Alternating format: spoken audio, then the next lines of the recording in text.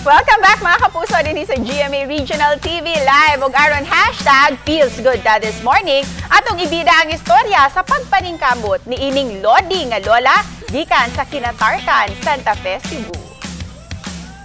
Kung ang uban mauwaw sa pag-eskwela tungod sa edad, yan ay usa ka 65 years old nga nagpadayon sa iyang pag-eskwela sa grade 12. Kung kinsa siya atong ila-ilahon pinaagi ni ining report. Dili magbabag ang akong pangidaron sa akong pangandoy.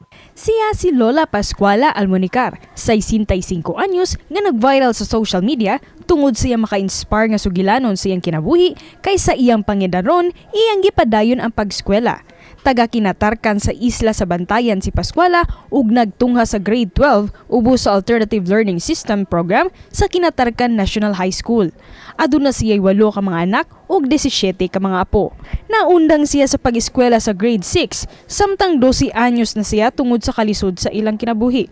Ni atong tuig 2017, nagpadayon siya sa pag-eskwela gumikan siyang pangandoy nga mamahimong midwife. Sa 7 nila ka managsuon, siya lang ang nagpadayon sa pagtungha sa high school ug nagsilbing assistant sa midwife sa ilang barangay. Awhag niya sa mga senior citizens, Dili babag ang atong katigulangon o nga atong pangidaron aron dili ta makapadayon sa atong pag-eskwela. Laban lang. uban ni Clans Gabutin, ako si Orchid Salapingkaw, GMA Regional TV Live.